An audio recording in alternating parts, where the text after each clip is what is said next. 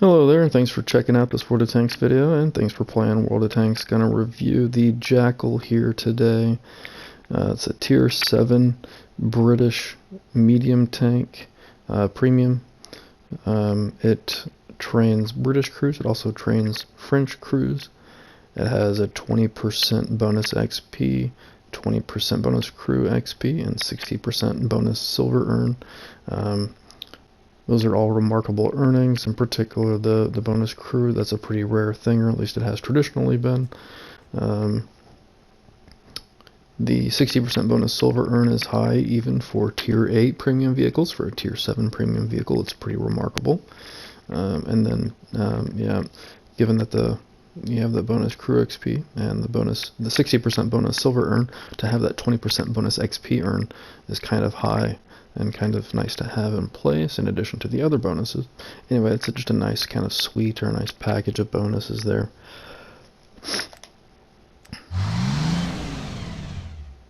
Power to weight ratio 15.26 is pretty good. The 48 forward top speed, generally speaking, it feels like a mobile vehicle. Quick to accelerate and good going up inclines and things like that. Sticking with mobility factors, you have 40 degrees per second whole rotation. That seems like it's a pretty average number. With this vehicle, it feels pretty good. It doesn't feel sluggish or average at all. It feels pretty darn quick, pretty darn agile. Terrain resistances, the lower the numbers, the better. These are actually pretty good. I'd say they're at least a little bit better than average. So it doesn't seem to be a problem getting through the sluggish terrain. 44 degrees per second turret rotation feels pretty good. I'm not sure if that number is particularly fast or slow in the grand context of the game. It seems like it's pretty decent, and it's certainly 44 is faster than 40. So the turret does not have trouble keeping up with the rotation of the hull. Excuse me. The 370 meters view range is a little bit limited, I believe, so this is not really a scouting medium. This is more of a harassing or a flanking support medium. It does have a pretty good gun. The shell velocity for your armor-piercing primary ammunition is pretty fast, 1,000 meters per second. And then for your armor-piercing composite rigid premium ammunition, 1,250 meters per second. Those are really good. Excuse me, really good round velocities for a Tier 7 medium, and those will help you at medium and longer ranges. Help the round get to where you're trying to get it to go. You won't have to do too much of anticipating and calculating, things like that. Going back to the gun here, 11.5 seconds inter-clip reload time, so between clips.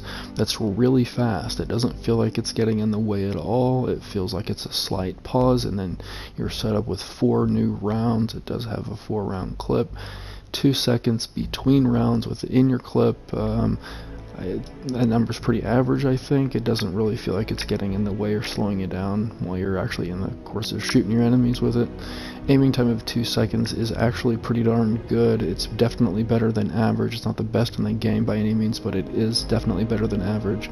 Feels very nice to have that. The .36 accuracy rating is very much middle of the road average. I can't complain about it. The accuracy on moving tank 2.76, accuracy on rotating turret 1.58.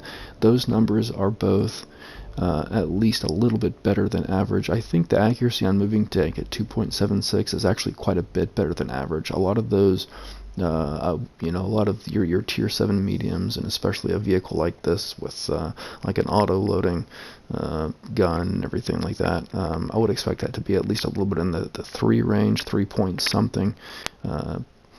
Anyway, the 2.76 to 1.58, those are both very good accuracies moving. I think that helps not only fire accurately while the vehicle's moving, while you're rotating your turret. I think that also helps to keep the reticle nice and tight, relatively speaking, while you are moving, so that once you do stop, there's less of a broad reticle to come in. So it's just, not even doesn't necessarily impact only firing on the move. I think it does also help keep that reticle tight for when you actually want to stop your vehicle and take your time and aim your shot. It makes it so that you require less time for your shot to become accurate, for that reticle to tighten in. Those four ratings there, the aim time, the accuracy at 100 meters, accuracy on moving, accuracy on rotating, those numbers are all, they all coalesce into a really good package. This gun feels very comfortable, very user friendly, if you will, in the matches. And you know, combine that with that interclip between clip reload of 11.5, it's really pretty stellar. 50 millimeters on the front of your vehicle there. That's the exact same as the Tier 5 Sherman.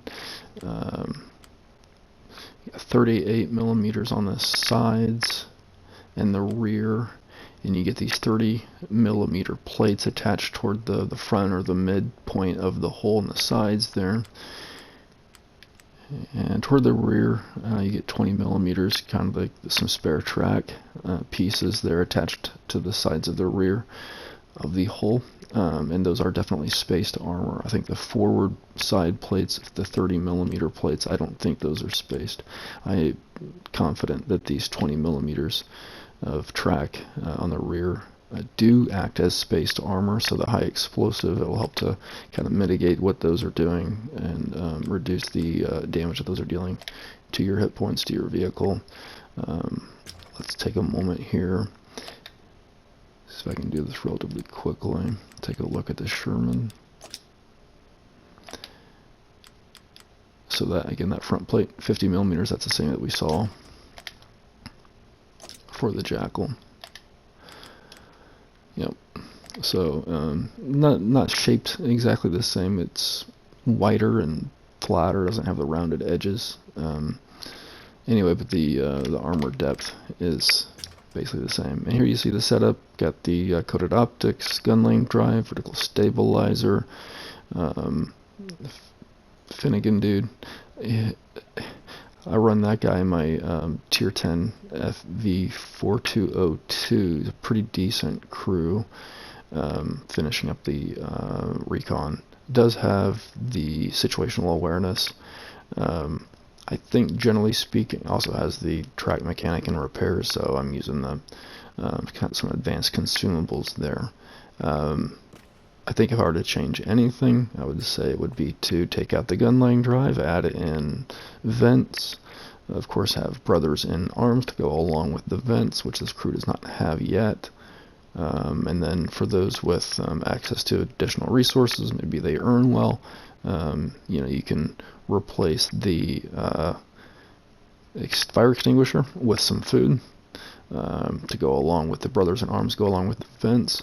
The food can be kind of expensive unless you're earning really well. And if you're going to take off your fire extinguisher, I really would say it's necessary, best to have the correlating crew skills and perks and everything. Let's just go ahead and take a look at what those would be. Firefighting and preventative maintenance to help out with that. Alright, so we'll move into some gameplay here. I'm going to show a couple of matches. Neither of them is amazingly impressive in much capacity at all, if any. And I want to mainly just kind of focus on just the vehicle. So here I'm kind of checking out the reticle, just and the kind of the different mobilities of the vehicle. Now you can see the zoomed in mode, what it looks like, basically full speed straight ahead. Here you can see it coming up this little rise. Pretty good mobility, clearly. The acceleration's pretty solid. The traverses, pretty good. Look at that gun handling. Turret traverses really fast. That reticle just stays nice and tight, and that's quite a distance there. Those reticles look pretty good against those vehicles. Again, here's some mobility. Watch that reticle come in. That never really gets all that big, and then you slow down and stop, and it's just nice and tight. It doesn't get amazingly sharp because of that .36 accuracy, but it gets sharp enough, and that's, you know, kind of a tier 7 medium tank trying to shoot at the tier 8 heavies. And I just recalled I didn't show or go over the particular penetration and damage values for the ammunition in this vehicle. So penetration of armor piercing is 148. The damage for armor piercing is 135. The penetration for the armor piercing composite rigid is 210. The damage for armor piercing composite rigid is 135. The penetration for high explosive is 38.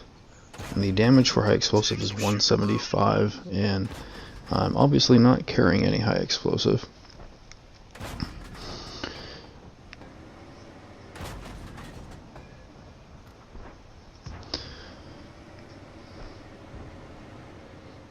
You can see the reload, the inter-clip reload is pretty darn good.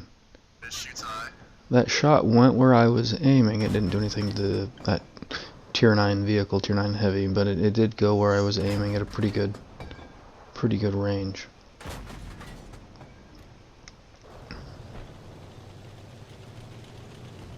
Reverse speed there, traverses. I'm kind of frustrated with those, like that light and that medium across the way, and the one line, that medium on the one line, not showing up for me to shoot at. I'm not for sure if that's particular to this vehicle or if that's just like the render or draw distance that this game uses. I think it's more just the game and not so much the particular to the vehicle. So using some pretty decent mobility here, falling back on this atomic.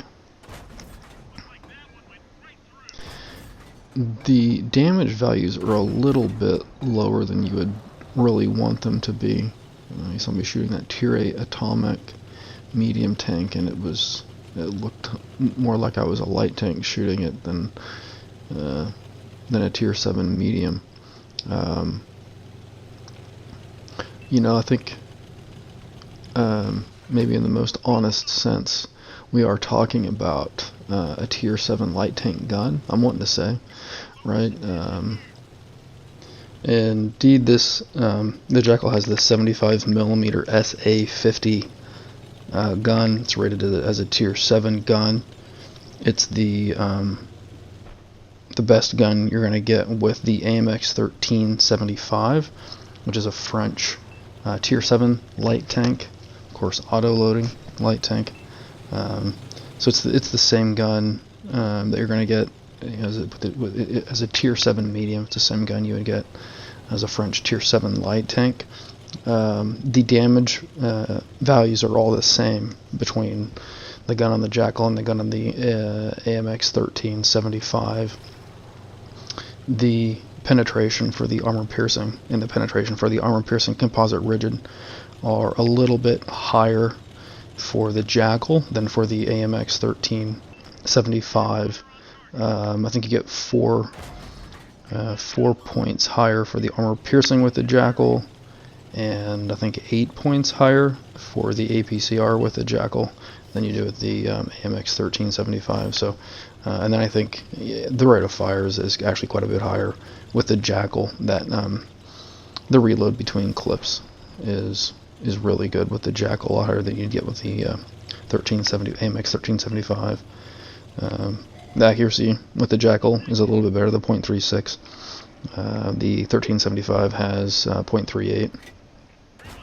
Accuracy with a light tank, and then without looking, I would definitely have to conclude, and at least have to guess, that the accuracy on the move and accuracy while rotating are both better for the Jackal than they are for the AMX 1375. Maybe somebody watching could post that information in the comments. Here you see this vehicle. I'm kind of in the thick of things, and I'm at full health. Part of that's the play. A lot of it's just a really nice vehicle. It's very comfortable to play. You know, I think it's fair to say that if you were to say that the vehicle has any quote-unquote weaknesses at all, I think it's fair to say that mainly you would probably say that it's the armor. You know, it's very, very thinly, very, very lightly armored for a tier 7 medium.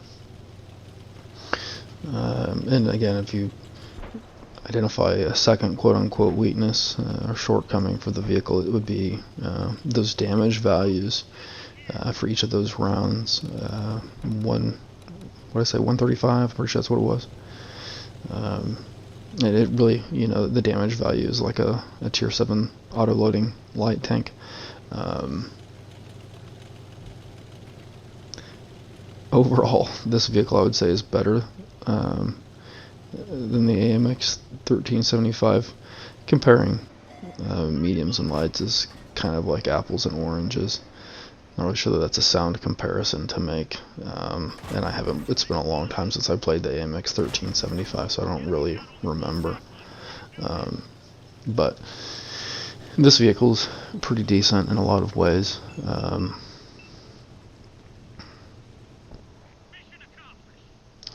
Obviously, that mobility is pretty good. You know, the gun handling and that inner clip reload. That's all really good stuff. I want to try to speak to.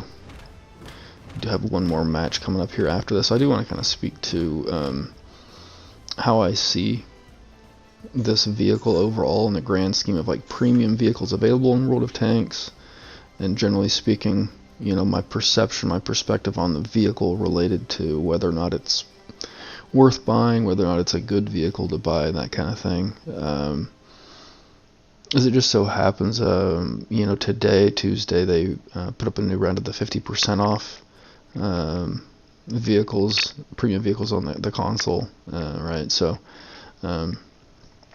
for 7 days, the 2 different premium vehicles they've chosen are 50% off. I think that that 50% off rate is really good for this vehicle. I wouldn't encourage anybody to go out and spend full price on any premium vehicle. If you're wanting a vehicle or whatever, you want to buy one, I fully encourage everybody seeking to buy a vehicle, fully encourage everybody to make use of some kind of a discount, whether it's, you know, whether it's like a bundle or a package of multiple premium tanks at like 50% off or 75% off or something like that, or whether you're just buying one vehicle individually for like 50% off or even 30% off. I'd encourage you to do that. Definitely makes it feel much more like it's worth the purchase. Full price, like, you know, you can easily spend, you know, $60-$70 on a tier 8 premium vehicle, especially those heavies. They seem to really raise the price according to hit points or armor. I'd have to guess that's more hit points than it is armor value, but yeah, the heavies are just really expensive as far as I'm concerned anyway. I think this one has a lot of value on a lot of different levels. I think it's just fun, and perhaps that's the most important kind of metric. It's really fun to play. The gun feels very comfortable. The vehicle's mobility is very comfortable. That inner clip reload, of course, is just amazing. You know, you're not just gonna wreck tanks with that damage, but over time, you know, it's gonna be pretty decent. So it's fun to play. It's, you know, got quality numbers, and in terms of mobility and everything, the gun handling, all those numbers are all pretty quality. What else? I think that the earnings on the vehicle are all really high. They, I think, pretty much did that deliberately. Not, if you will, to like make up for any shortcoming, but just to sort of give it those bonuses for the sake of raising the appeal of it, making it, you know, more of a desirable commodity for purchasing. But those bonuses are high. They really are. The 60% silver, I don't know that you see that outside of tier 8, that realm outside of tier 8. And then normally if one bonus is kind of unusually high, normally they'll keep the other one a little bit low, but 20% tank XP bonus is at least decent. It's certainly not bad or low. So they didn't really decrease that to accommodate for the 60% silver bonus earn. And then of course that extra crew XP earnings, that's really a rare thing. There are only a few tanks in the game that give you either a bonus crew XP earn or like a bonus free XP earn. I think there's one or two tanks that do that. I know that the T32 Proto or whatever, the auto-loading T32 premium tank, I know that has extra free XP earn. Might be the only one. I think they might have made one other one since then. I'm not really for sure. But yeah, so it's got that kind of rare or unusual earnings things going on. There at first, here in this T29, I was doing pretty well, and here this clip, you're gonna see a lot of bounces that I wouldn't have really expected. But anyway, back to the tank. What else? So there's a lot of value in being a dual crew trainer.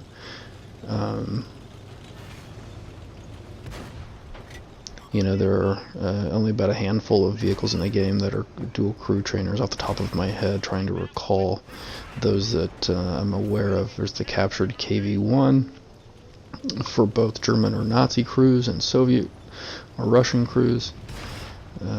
Captured KV-1. The AMX Chaffee is a trainer for both US crews and for French crews. The T-3488 trains just like the captured KV-1, the German and the Russian crews. And I think there's the it's a black like kind of a Type 59 T95 hybrid tank. I wanted to say, I can't recall exactly what that's called without looking it up or whatever, but I think that also is a dual crew trainer for Chinese crews and US crews, tier 8. I think those are the only ones. There might be one or two more that I'm not recalling at the moment. So anyway, for folks who just generally for folks who aren't into paying money for a free-to-play game, that's fine. Save your money, don't buy this one.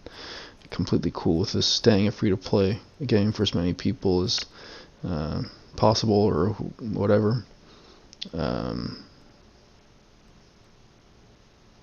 If you really like auto-loading vehicles, if you really like mobile mediums, I think this is a pretty cool premium vehicle to get into.